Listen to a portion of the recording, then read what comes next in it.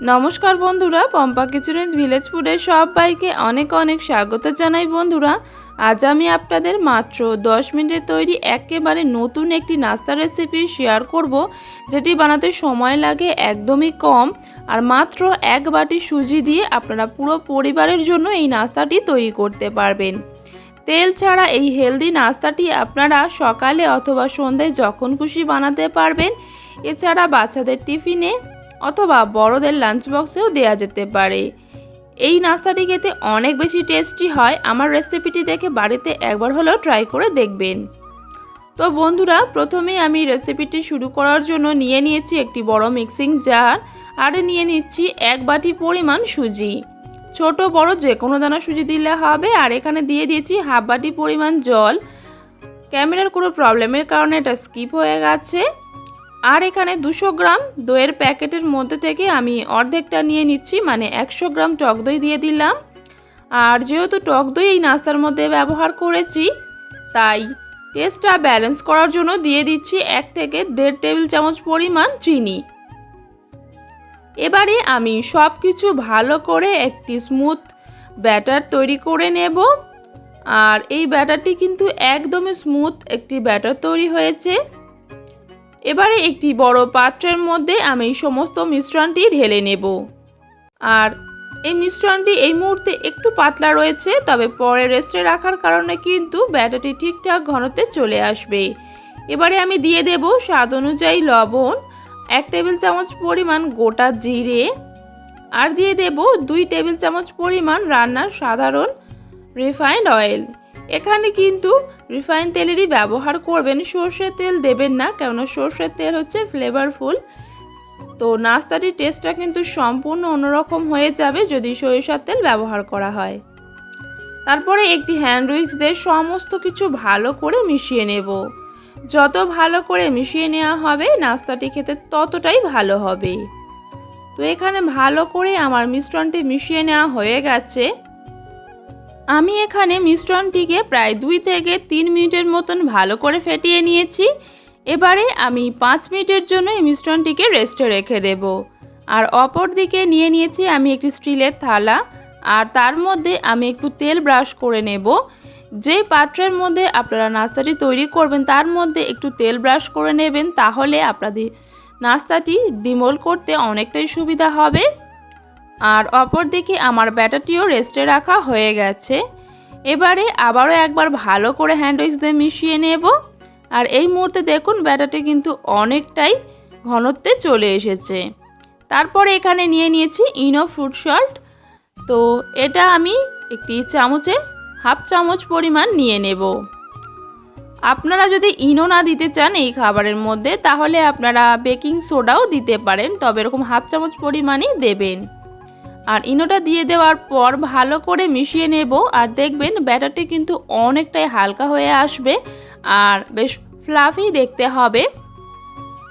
তো ইনোটা দিয়ে দেওয়ার পর আবারও ভালো করে একটু মিশিয়ে নিতে হবে।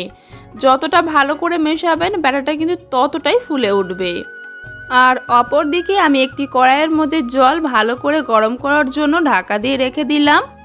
আর এদিকে যেহেতু আমার ব্যাটারটি একদমই রেডি করে নেওয়া হয়ে গেছে, তাই যে পাত্রে বানিয়ে নেব সেই পাত্রের মধ্যে সমস্ত ব্যাটারটিকে ঢেলে নেব।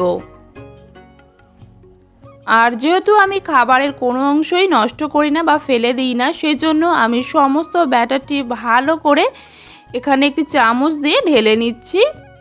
সমস্ত ব্যাটারটি যখন ঢেলে নেওয়া হয়ে যাবে তখন পাত্রটিকে একটু ধরে এভাবে ঝাঁকিয়ে নেব, যাতে এই ব্যাটারের ভেতরে কোনো রকম হাওয়া বাতাস না থাকে। তো চলুন এবারে সাথে সাথেই আমি এখানে এটা ভাপিয়ে নেওয়ার জন্য চলে যাব। আর জলটা একেবারে ভালোভাবে ফুটে গিয়েছে। এবারে একটি স্ট্যান্ড দিয়ে দিলাম আর সাথে সাথেই এই পাত্রটিকে বসিয়ে দেব। তারপর ঢাকা দিয়ে 2 মিনিট অপেক্ষা করব। 2 মিনিট পর আমি ঢাকনাটি খুলে নেব আর ওপর থেকে একটু লঙ্কার গুঁড়ো এইভাবে ছড়িয়ে দেব। এতে দেখতে যেমন ভালো লাগবে আর একটু ঝাল ঝাল খেতে লাগবে। এতে খেতে কিন্তু ভীষণ ভালো হয়। যদি আপনারা বাচ্চাদের জন্য বানান তাহলে স্কিপ করতে পারেন, অথবা চিলি ফ্লেক্সও দিতে পারেন। তারপরে 8 মিনিট ভালো করে এটা আমি ভাপিয়ে নেব। 8 মিনিট আমার ভালো করে ভাপিয়ে নেওয়া হয়ে গেছে। এবারে আমি চেক করে নেব যে নাস্তাটি ঠিকঠাক তৈরি হয়েছে কিনা।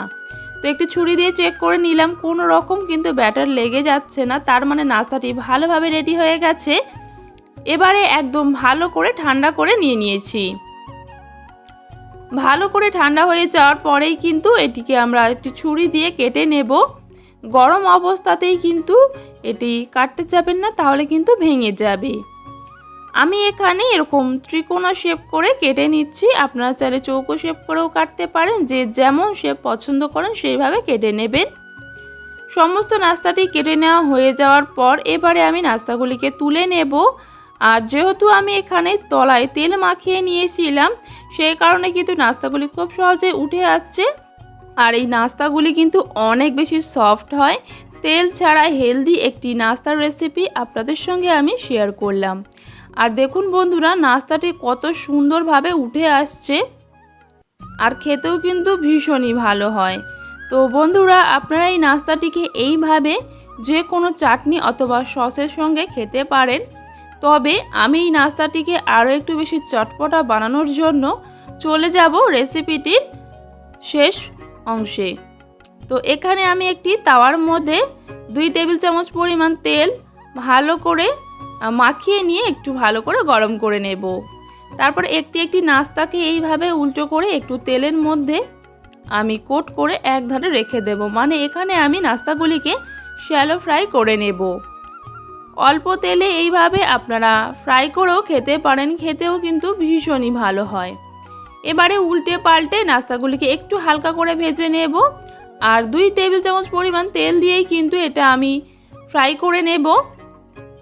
এর থেকে বেশি কিন্তু তেল আমি এখানে দেব না, যেহেতু আমি এখানে হেলদি নাস্তা তৈরি করছি সেই জন্য। তো সমস্ত নাস্তাগুলিকে ভালো করে উল্টিয়ে পাল্টিয়ে কিন্তু ভেজে নিতে হবে। আর দেখুন তলা থেকে কত সুন্দর একটা কালার এসছে। নাস্তাগুলিকে আমার শ্যালো ফ্রাই করে নেওয়া হয়ে গেছে, নামিয়ে নিয়ে ঠান্ডা করে নিয়েছি। তারপর একটি পাত্রের মধ্যে আমি এখানে পরিবেশন করে নিচ্ছি। আর ওপর থেকে দিয়ে দিচ্ছি একটি করে কারি পাতা, যাতে দেখতে ভীষণই ভালো হয়। তো বন্ধুরা, আমার এই রেসিপিটি আপনাদের কেমন লাগলো অবশ্যই জানাবেন। আর একটি নাস্তা আমি আপনাদের ভেঙে দেখিয়ে দিচ্ছি। দেখুন বন্ধুরা, ভেতর থেকে কত সুন্দরভাবে জালিদার তৈরি হয়েছে। আর এই নাস্তাগুলি অনেক বেশি সফট হয়, ভেতর থেকে একদমই কিন্তু জালিদার তৈরি হয়। বাচ্চা থেকে বড় সবাই কিন্তু ভীষণ পছন্দ করবে। একবার হলো বাড়িতে বানিয়ে দেখতে পারেন। তো বন্ধুরা, আবারও নিয়ে আসবো আপনাদের জন্য ভিন্ন স্বাদের রেসিপি নিয়ে। আর যদি আমার রেসিপি আপনাদের ভালো লেগে থাকে, চ্যানেলটিকে সাবস্ক্রাইব করে রাখবেন। আর অবশ্যই কিন্তু একটি লাইক দিয়ে দেবেন। আর কমেন্টে অবশ্যই জানাবেন যে আমার রেসিপিটি আপনাদের কতটা ভালো লেগেছে। দেখা হবে আবারও ভিন্ন স্বাদের নেক্সট রেসিপির সাথে। সবাই ভীষণ ভালো থাকবেন, সুস্থ থাকবেন। ধন্যবাদ।